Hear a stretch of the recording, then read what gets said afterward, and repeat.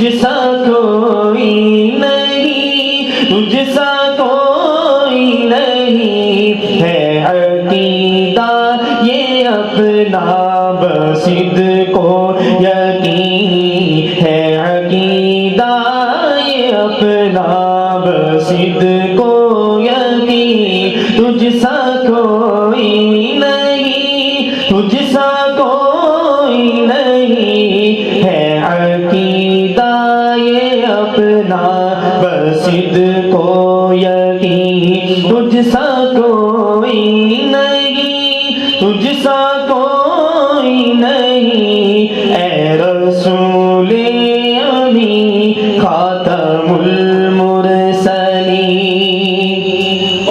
چار یاروں کی شان جلی ہے بلی، چار یاروں کی شان جلی ہے بلی، ان میں صدیق فاروق عثمان علی، ان میں صدیق فاروق عثمان علی، شاہد عدل ہے وہ تیرے جانشین، شاہد عدل ہے وہ تیرے جانشین تجھ سا کوئی نہیں، تجھ سا کوئی نہیں اے رسول امین خاتم المرسلین۔ تیرا سکہ رواں کل جہاں میں ہوا، تیرا سکہ رواں کل جہاں میں ہوا، تیرا سکہ رواں کل جہاں میں ہوا، اس زمین میں ہوا آسمان میں ہوا، اس زمین میں ہوا آسمان میں ہوا، کیا عرب کیا عجم سب ہے زیر نگین، کیا عرب کیا عجم سب ہے زیر نگین تجھ سا کوئی نہیں، تجھ سا کوئی نہیں ہے عقیدہ یہ اپنا بصدق و یقین تجھ سا کوئی نہیں، تجھ سا کوئی نہیں اے رسول امین خاتم المرسلین۔ اور بزم کونین پگلے سجائی گئی، بزم کونین پگلے سجائی گئی، پگلے سجائی گئی، پگلے سجائی گئی، بزم کونین پگلے سجائی گئی، پھر تیری ذات منظر پہ لائی گئی، پھر تیری ذات منظر پہ لائی گئی، سید الاولی سید الاخرین، سید الاولی سید الاخرین تجھ سا کوئی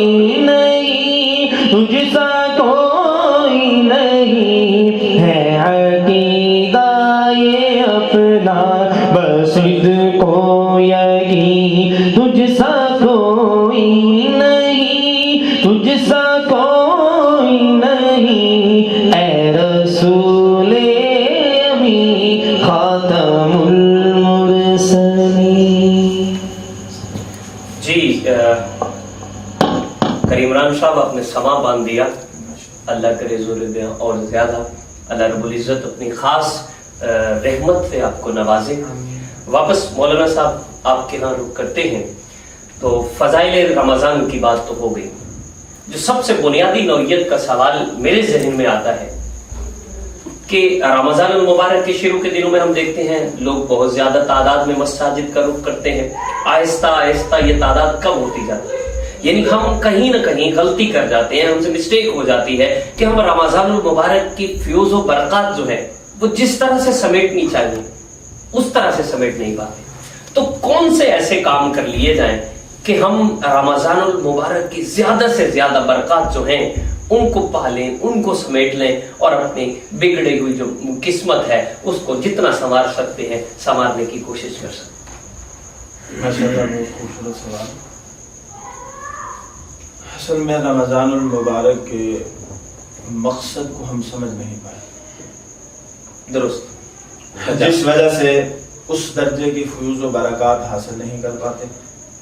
در حقیقت رمضان عابد اور معبود کے درمیان قربت کا ایک بہترین ذریعہ ہے. سبحان اللہ, سبحان اللہ, زبردست. رمضان المبارک خالق و مخلوق کے درمیان قربت کا بہترین ذریعہ ہے. اور قربت ہمیشہ تخلیے میں ہوتی ہے. آپ دیکھیں کیا مثال دیا کرتا ہوں.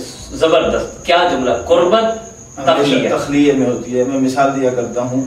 آج کوئی بھی اپنا درد دل کسی دنیاوی عہدیدار کے سامنے پیش کرنا ہو تو وہ سفارش کرتا ہے کہ پرائم منسٹر سے میری ملاقات اگر 1 to 1 ہو جائے.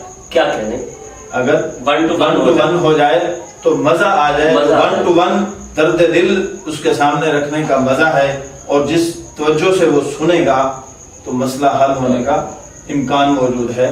تو بعین ہی رمضان کی وہ راتیں جو خالق کے اور معبود اپنے معبود کے ساتھ جو ہے وہ تخلیے کی راتیں ہیں, وہ 1 to 1 ملاقات کی راتیں ہیں. اور اس میں ہم رمضان کی فیوز و برکات کو سمیٹنے کے لیے ہمیں اتباع سنت دیکھنا ہوگا. اتباع سنت لازم ہے. اور اس میں ہم یہ دیکھتے ہیں کہ آپ صلی اللہ علیہ وسلم نے اجتماعی اعمال بھی کیے ہیں اور انفرادی اعمال بھی ہیں. زیادہ انفرادیت پر زور ہے. اجتماعی اعمال میں پوری رات میں صرف 20 رکعت تراویح ہے. اس کے علاوہ جو ہے وہ انفرادی اعمال ہیں. تخلیہ ہے. اس تخلیہ کے اندر کسی اور کو مخل نہیں ہونے دینا چاہیے. اس کے اندر انسان جو ہے اپنے رب کے ساتھ راز و نیاز کرے, اپنے رب کے سامنے جو ہے آہوزاری کرے, اپنے رب کو راضی کرنے کی کوشش کرے, اس کے ساتھ لو لگا لے, اس کے ساتھ جو ہے وہ لو لگا لے کہ بس اس طرح گویا کہ جس طرح آپ صلی اللہ علیہ وسلم سے جبرائیل امین نے سوال کیا مل احسان, احسان کیا ہے؟ آپ صلی اللہ علیہ وسلم نے فرمایا تو ایسے انداز میں عبادت کر کہ تو اپنے رب کو دیکھ رہا ہے. وہ پیر سید نصیر الدین نصیر صاحب شبد کہتے ہیں نا, اس سے دیکھنے کی جو لو لگی تو نصیر دیکھ ہی لیں گے ہم, وہ 1000 آنکھ سے دور صحیح, وہ لاکھ پردہ نشی صحیح. تو یعنی یہاں پہ یہ سمجھ لیا جائے کہ وہ ہم دیکھ رہے ہیں. اگر یہ کیفیت نہیں بشری تقاضے کے مطابق تو کم از کم یہ ہو کہ وہ تمہیں دیکھ رہا ہے.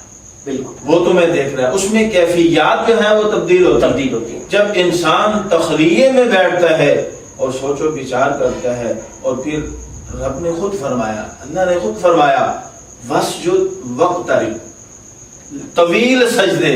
یہ آپ صلی اللہ علیہ وسلم کی اتباع. طویل سجدوں کے اندر اللہ کا قرب ڈھونڈیں گے. جب ایک محب کو اپنے محبوب کا قرب مل جاتا ہے وہ دنیا و ما فیہا کے تمام معاملات سے آزاد ہو جاتا ہے. پھر اس کے قرب میں بڑا نقصان بھی ہو رہا ہو تو وہ اس کی طرف دھیان نہیں دیتا. تو بس یہ ہے, اگر ہم رمضان کے مقصد کو پہچان لیں, تخلیے میں اپنے رب کے ساتھ اپنے تعلق کو مضبوط بنانے میں کامیاب ہو جائیں, تو جس طرح پہلے دن مسجد میں ذوق شوق کے ساتھ آئے, دن بدن اس ذوق میں اضافہ تو ہوتا ہے, کمی نہیں آتا. اچھا, یہاں پہ مولانا صاحب میرے ذہن میں ایک سوال اٹھ رہا ہے کہ جدید دور ٹیکنالوجی کا ہے اور آپ دیکھتے ہیں کہ ہر ایک کے ساتھ ایک جن یا شیطان کہیں اس کو یا ساتھی کہیں ہر وقت موجود ہے. میں موبائل کی بات کر رہا ہوں. تو اس ٹیکنالوجی کے دور میں جب ایک ساتھی ہماری جیب میں موجود ہے جس نے دور بیٹھوں کو قریب کر دیا, قریب بیٹھوں کو دور کر دیا, تو اس دور میں تخلیہ کیسے کیا جا سکتا ہے؟ پھر میں وہی مثال دوں گا. آپ دیکھیں, آپ جب کسی کے ساتھ 1 to 1 ہوتے ہیں اول کوشش یہی ہوتی ہے کہ اپنے اس ساتھی کو باہر چھوڑ کے جائیں. بالکل. نمبر 2، اگر یہ نہیں کر سکتے، یہ مواقع نہیں ہے، تو کم از کم اس کو جو ہے وہ آف کر دیں. ایسے اگر یہ بھی نہیں ہے تو کم از کم یہ ہے آخری درجہ کہ اس کو سائلنٹ پہ لگا دیں. بالکل بجا ایسے سائلنٹ پہ لگا دیا. اب وہ آپ کے تخلیے میں مخل نہیں ہے. وہ اپنا کام کر رہا ہے، آپ اپنا کام کر رہے ہیں. میں بالکل ہی اس کا انکار نہیں کرتا. اس کی افادیت اپنی جگہ پر مسلم ہے. بالکل اس میں شک نہیں. اس کی افادیت مسلم ہے اور اس کو ہم رمضان میں مثبت پہلو کے طور پر استعمال کر سکتے ہیں. مثال کے رمضان کیا ہر وقت مثبت. رمضان کے اندر بھی میں اس لیے خاص رمضان کا کر رہا ہوں کیونکہ رمضان کے حوالے سے ٹرانسلیشن چل رہی ہے، تو یہ بالکل نہیں. ہاں اتنا ہے، آپ جب مسجد میں اللہ کے ساتھ ملاقات کرنے کے لیے آ رہے ہیں، 5 وقت کی ملاقات، اس کو گھر چھوڑ گئے ہیں. نہیں درست تو آف کر دیں، نہیں تو سائلنٹ پہ لگا لیں. تو انشاءاللہ اللہ کے ساتھ جو آپ نے لو لگانی ہے اس میں یہ مخل ثابت نہیں ہوگا. دوسرے نمبر پر یہ آپ کا بہترین معاون اور مبید ثابت ہو سکتا ہے اس رمضان کے بابرکت ساعتوں کے اندر بھی، جب آپ ایسے مقام پر ہیں، ایسی جگہ پر ہیں یا حالت سفر میں ہیں، آپ کے پاس قرآن موجود نہیں، آپ اس کو دیکھنے کی سعادت، پھر اس کو پڑھنے کی سعادت، اس کو چھونے کی سعادت، اس پر جو اجر و ثواب ملنا ہے اس پر جو ہے اس سے آپ محروم ہیں. تو کم از کم یہ پھر اس میں قرآن اپلوڈ کریں اور قرآن کی تلاوت اس کے اوپر آپ کر سکتے ہیں، ذکر اذکار کر سکتے ہیں، دینی معاملات. لیکن یہ ہے کہ اس میں اس کا استعمال جو ہے وہ انتہائی محدود ہو. اپنے محبوب کے جو ہے وہ اس کو پانے کے لیے، اس کے ساتھ رمضان کی برکات کو سمیٹنے کے لیے اللہ کا قرب حاصل کے طور پر جو ہے آپ کو یہ تھوڑی سی قربانی کرنی پڑے گی. بالکل ایسے. مولانا صاحب آپ کا بہت شکریہ، آپ ہماری درخواست پر تشریف لے آئے اپنے قیمتی وقت سے. عمران نقشبندی صاحب آپ کا بہت شکریہ. ناظرین انشاءاللہ اللہ رب العزت نے چاہا تو ہم اسی طرح نت نئے مہمانوں کے ساتھ، نت نئی پاکستان کی خوبصورت آواز کے ساتھ آپ لوگوں کے سامنے حاضر ہوتے رہیں گے. فی الوقت محمد اسماعیل سہر اور ڈیلی پوائنٹ کو اجازت دیں. رب رکھا، فی امان اللہ. السلام علیکم ورحمۃ اللہ. فیض رمضان، فیض رمضان، فیض رمضان، فیض رمضان، فیض رمضان، فیض رمضان، فیض رمضان.